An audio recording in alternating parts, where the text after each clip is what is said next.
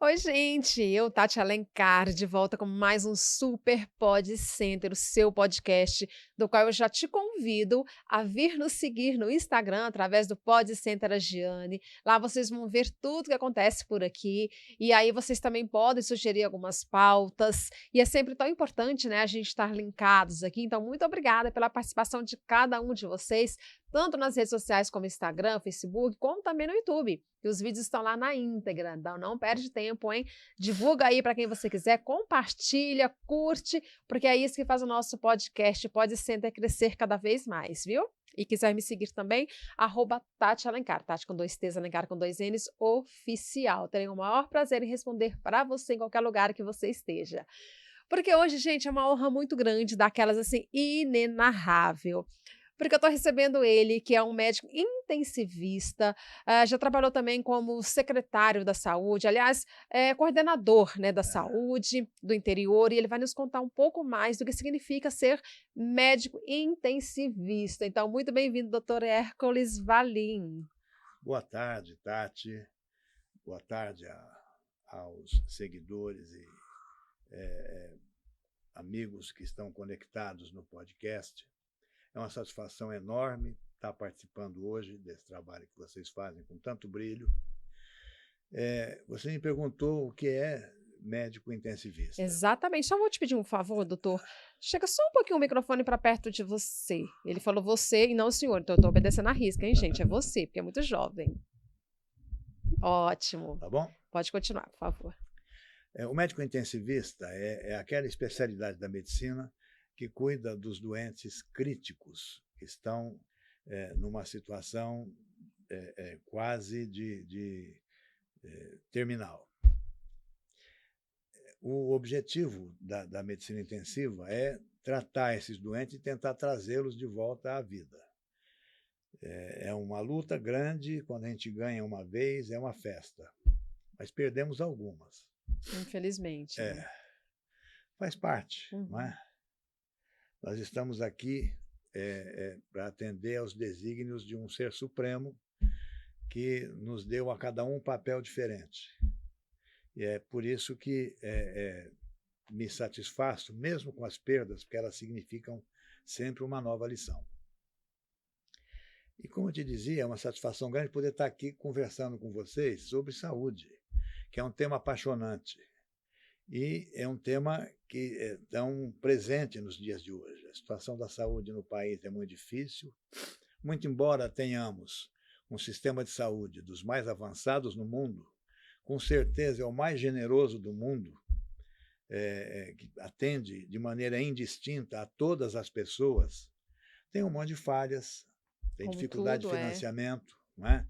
Tem algumas áreas que ainda não consegue cobrir de forma adequada, tanto regionalmente, do ponto de vista geográfico, como em termos de algumas especialidades. Mas aqui em São Paulo, nós temos condições de atender a quase todos os problemas de saúde existentes. E estamos dando lições para o mundo de como a gente deve cuidar, acolher, resolver os problemas de saúde das pessoas, desde as mais abastadas até as mais necessitadas. Então, por isso é que eu venho aqui hoje dizer para vocês a minha satisfação. Eu participei do início da construção do Sistema Único de É Saúde. isso que eu queria perguntar. Então o senhor fez parte da criação do Isto, SUS, isto. o nosso modelo de Exatamente, saúde que é tão bem exatamente. visto lá fora, né. Eu, muito jovem, recém-formado, fui convidado a participar da gestação desse modelo de saúde. Fui assessor do então ministro Valdir Pires, ajudei a fazer a transferência do antigo INAMPS para o Ministério da Saúde e depois vim para São Paulo ajudar a construir o SUS aqui no estado. Fiz parte do grupo de construção e organização do Sistema Único de Saúde no estado de São Paulo. Eram 18 grandes figuras, a menos importante era eu. Ah, tá bom. Era o mais jovem, tinha vários professores, doutores e tal, e o mais jovem era eu. Porque eu tinha uma participação grande na organização das relações com as prefeituras no estado de São Paulo, das relações com as instâncias do antigo INAMPS, que foram incorporadas pela Secretaria da Saúde, e então, por essa razão é que me convidaram para esse papel. Foi interessante, pude, logo em seguida, ajudar a organizar a saúde na Zona Leste, que era a região maior, mais densamente povoada e mais mal assistida. Montamos lá o Escritório Regional de Saúde, que é a instância dirigente de planejamento e direção da saúde na região. Organizamos cerca de 40 unidades, 2 laboratórios, um ambulatório regional de especialidades e iniciamos a gestação dos grandes hospitais do Plano Metropolitano de Saúde. Itaim Paulista, Hermelino Matarazzo, Guaianazes, São Mateus, Sapopemba, Cidade de Tiradentes, que hoje existem. Atendem, de alguma maneira, a população mais humilde. Naquela época não existia nada disso. Existia, basicamente, o Hospital Santa Marcelina e 2 outros hospitais da prefeitura, o de Itaquera e o de São Miguel. Então, nós conseguimos dar um salto importante na organização do serviço de saúde na região. E organizamos também uma coisa que é muito interessante, está sendo festejada nacionalmente e no mundo hoje. Isso foi organizado na Zona Leste, que foi o início do Programa de Saúde da Família. Na época, nós tínhamos lá uma epidemia de sarampo, um recrudescimento de casos de tuberculose e lepra, doenças muito ligadas à miséria. Sim. Fizemos um trabalho de organização das principais lideranças das comunidades mais pobres da Zona Leste. Transmitimos essas lideranças noções de higiene, de saúde, para que elas pudessem multiplicar esses conhecimentos. E conseguimos, com esse novo exército, não é, de pessoas que multiplicavam essas informações, melhorar bastante a situação de saúde naquelas comunidades. E formamos aí o primeiro exército de agentes comunitários de saúde. Em seguida, começamos a discutir uma nova forma de assistência, que era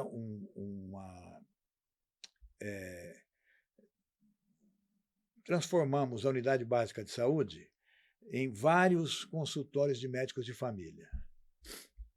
Foi assim que começou o projeto de saúde da família. Saúde da família. Tinha um consultório de médico de família para cada 2.000 pessoas, junto com os agentes comunitários de saúde e o aparato de enfermagem para dar suporte a isso. Deu muito bom resultado. Melhorou bastante os indicadores de saúde. E o acompanhamento dos doentes nas suas residências. O atendimento era domiciliar. Foi tão interessante que isso virou sucesso no Brasil e no mundo, como a novidade da organização da saúde no mundo. De forma genuína aqui no Brasil, né, tinha outras iniciativas em outros lugares do mundo que tentavam resolver os mesmos problemas de outra maneira, mas a mais festejada até hoje tem sido a organização da estratégia de saúde da família.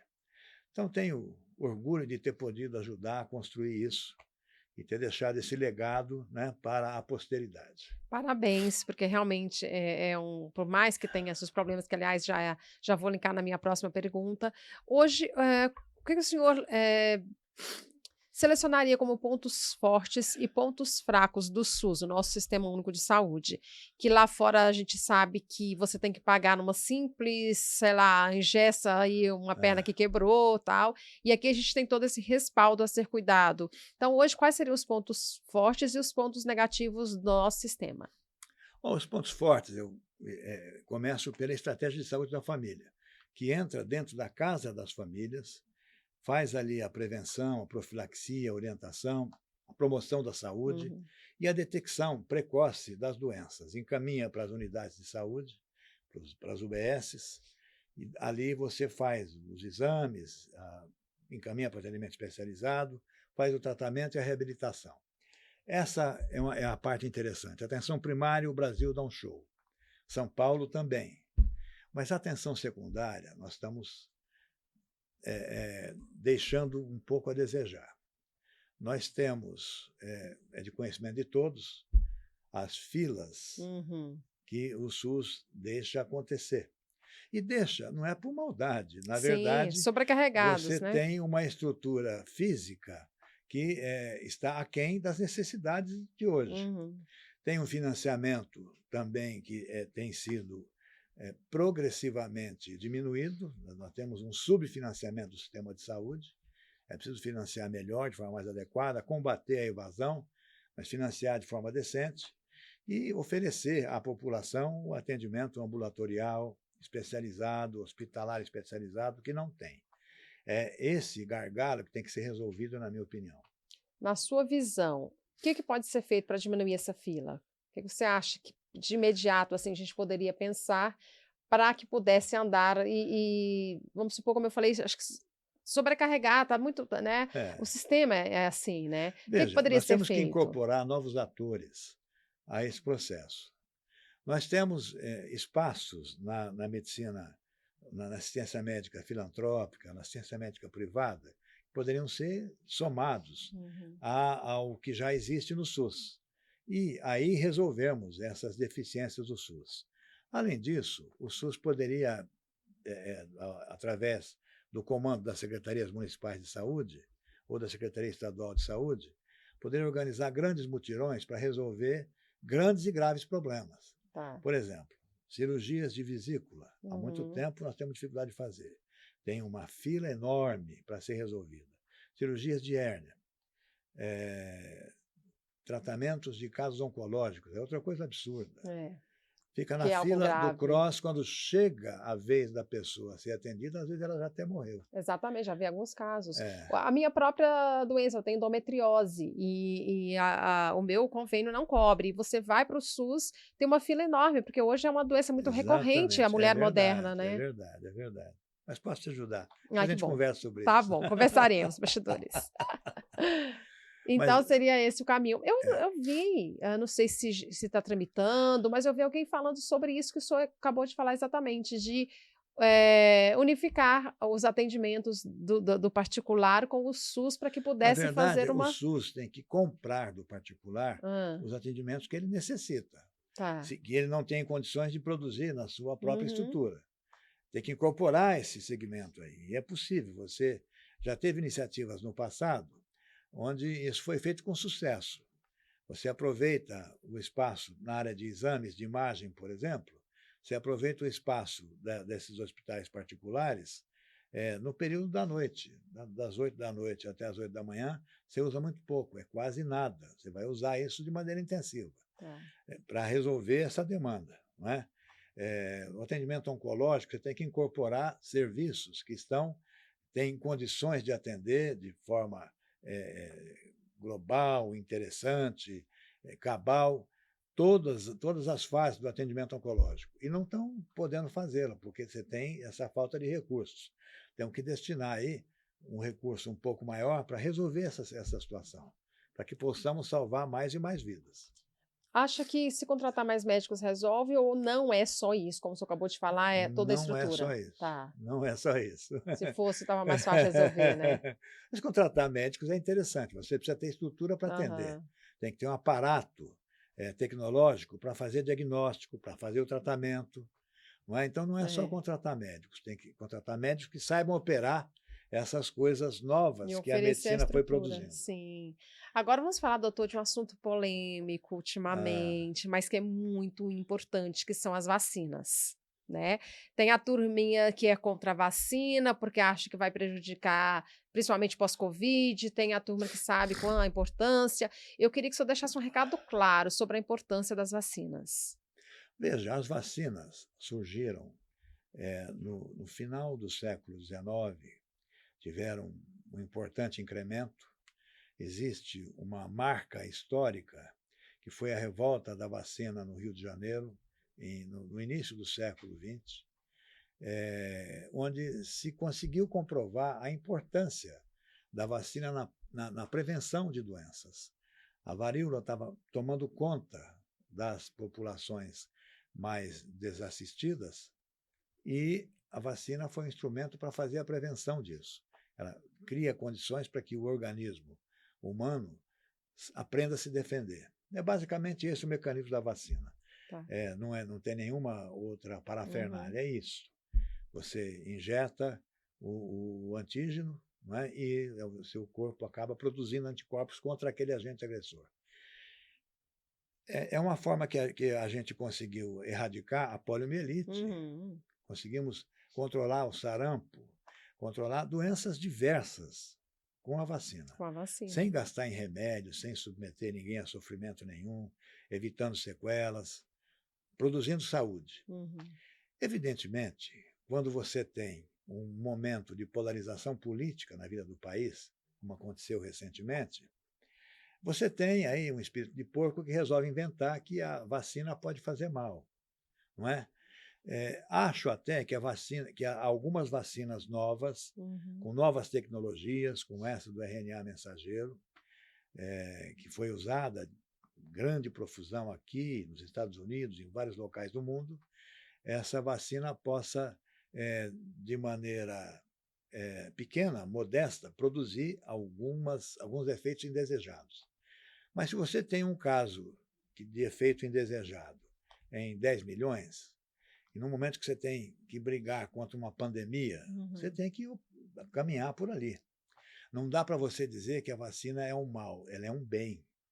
E há o risco, como em qualquer coisa na vida, há o Uhum. risco É de um você risco. ter um insucesso. Mas ela é fundamental. A vacina da Covid foi importante para superarmos os problemas da pandemia, como as demais vacinas são fundamentais. Estamos chegando agora, inclusive, a uma vacina contra câncer.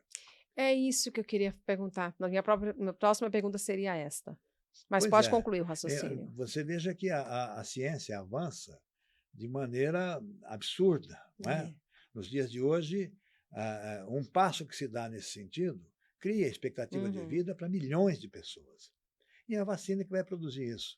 Evidente que ela não é o único instrumento para cuidar dos problemas de saúde da nossa população, mas talvez seja um dos mais importantes. Sim, quantas pessoas morreram sem ter a chance de chegar à vacina da Covid, Pois né? é, Porque quando chegou, as pessoas falaram que foi muito rápido, então pode ser que ela esteja prejudicando tantos infartos que está tendo ultimamente, tantos cânceres, é tanta coisa que a na gente verdade, ouve. você precisa entender o seguinte: a Covid provocava e provoca fenômenos tromboembólicos que podem levar ao Exatamente. infarto e ao derrame, entre outras trombose, entre outras coisas.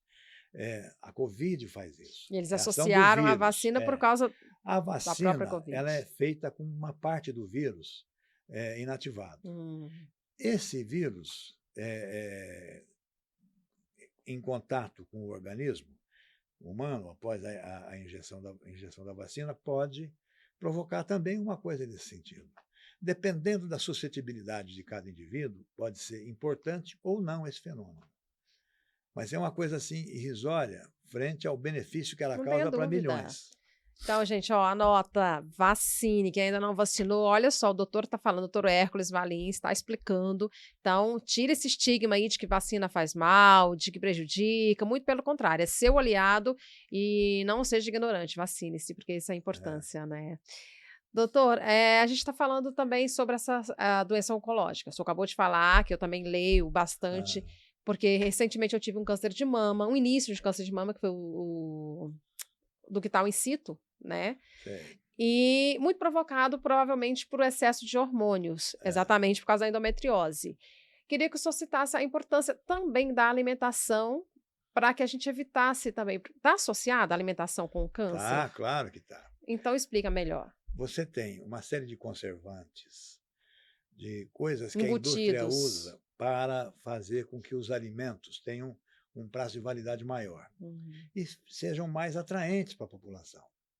E aí você vai usar esses alimentos, acaba acostumando, gostando, e vai transformar o seu organismo num depósito dessas coisas ruins Uhum. para a sua saúde, não é?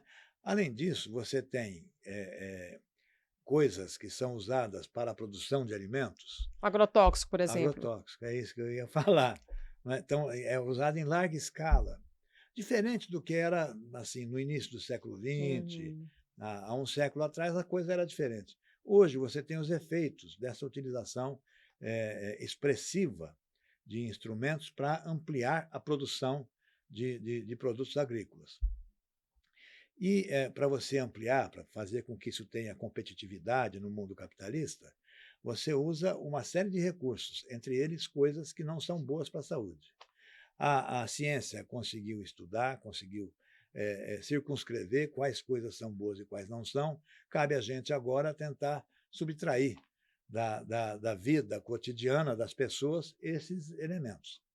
É, tem algum alimento que o senhor pode falar assim: "Não consuma, porque é o vilão da história", porque tudo em excesso faz mal, né. Mas qual é aquele que a gente precisa evitar? Embutidos, para começar. Todos embutidos. É, na verdade, você pode usar com moderação.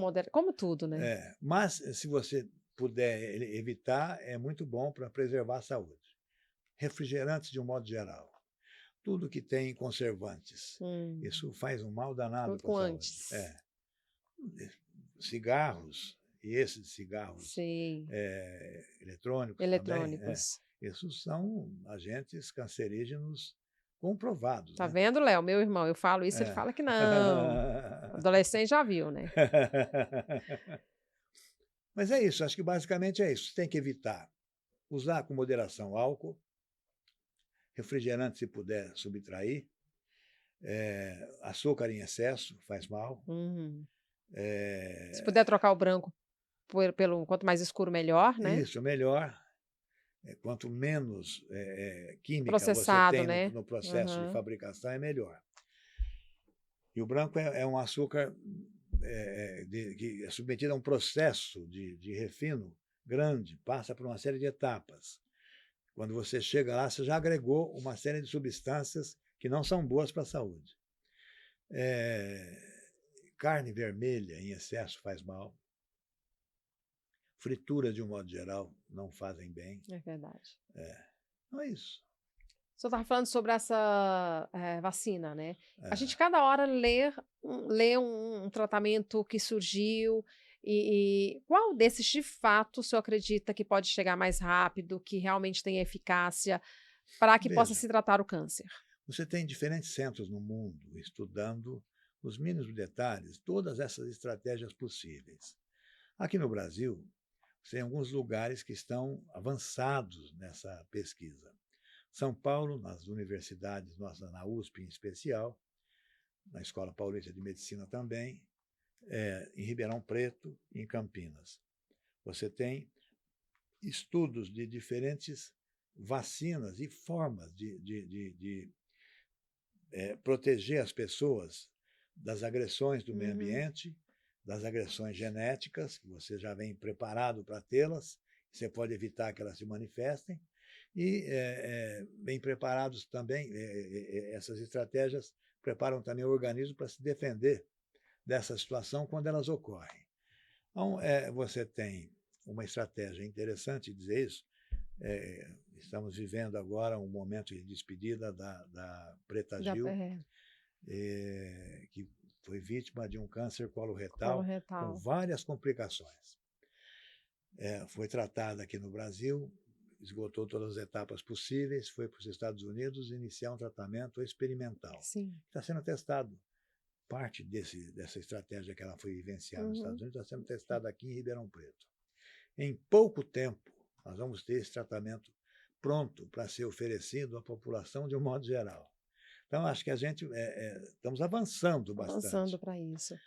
Várias coisas aí estão sendo feitas aqui e lá fora, em vários centros, no Japão, na Europa, nos Estados Unidos, na China, que também é um centro de pesquisa científica interessante. Na Rússia, eu vi que lá parece que já surgiu uma vacina contra o câncer, inclusive no sistema público de lá, não é verdade? Eu falei Europa, inclui a Rússia.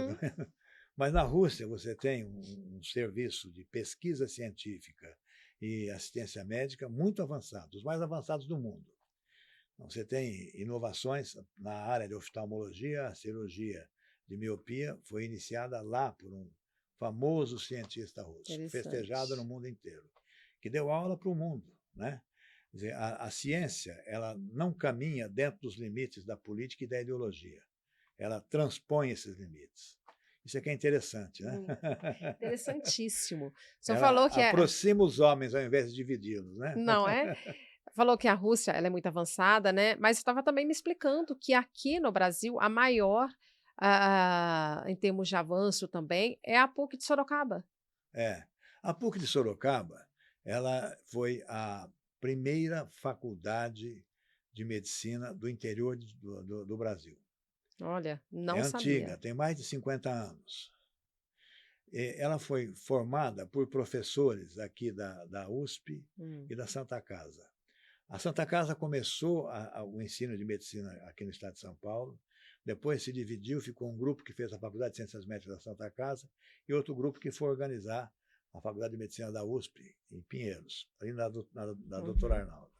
Esses professores montaram em Sorocaba um novo campus, por conta da necessidade que a PUC tinha de oferecer, com a visão da, da, da, da mantenedora, que era a Igreja Católica, de oferecer ensino nessa área da saúde para as pessoas de um modo geral. E é também uma orientação muito humana, independente da orientação religiosa, é sobretudo humana a orientação que você tem ali. Hoje em dia, você tem uma relação das faculdades de medicina, dos formandos novos, com bens materiais e tal. E, na verdade, você devia ter uma relação com o bem da saúde das pessoas que você vai atender. Que é onde você se É, forma, faz o juramento, né? exato. Mas você tem uma pressão da sociedade para que essas Aham. pessoas tenham sucesso econômico, Sim, material. E, no fundo, você não leva nada disso para o outro lado, não é? exatamente, não mesmo. Agora, uma pergunta que me veio aqui. O senhor falou que é um médico intensivista, que já atuou muito nessa parte, porque ele dá com a vida ali em suas mãos, né? Abaixo de Deus, vocês são os responsáveis ali. E aí, mais uma vez, é a pressão da família, é aquela pressão de tentar fazer voltar à vida. Você, o senhor, né? Você Ah, cuida muito das pessoas. E quem cuida de vocês? Como é que fica o psicólogo de vocês, o psíquico, né? Como que ah. vocês trabalham a saúde mental? Olha, o emocional dos profissionais de saúde é uma coisa complexa, viu? Você vive momentos muito Eu difíceis. imagino. É complicado É você você lidar com a dor deixar do de outro. incorporar o sofrimento do Uhum, semelhante. Você traz para dentro de uhum. você, para sua casa, para sua família. Então tem que fazer um trabalho para tirar essas coisas da sua vida pessoal.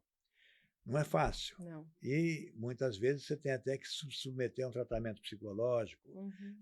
psiquiátrico até, para superar essas dificuldades. Mas faz parte, né? A nossa profissão exige que a gente tenha contato com as mazelas da vida dos outros, né? Nossa, interessantíssimo, doutor. Conversaria aqui com o senhor ainda muito mais tempo, né? A gente está na reta final do nosso podcast, mas eu já queria que o senhor deixasse as redes sociais. Quem quiser conhecer um pouco mais da sua história, como que pode te encontrar? Olha, o meu nome é Hércules Valim,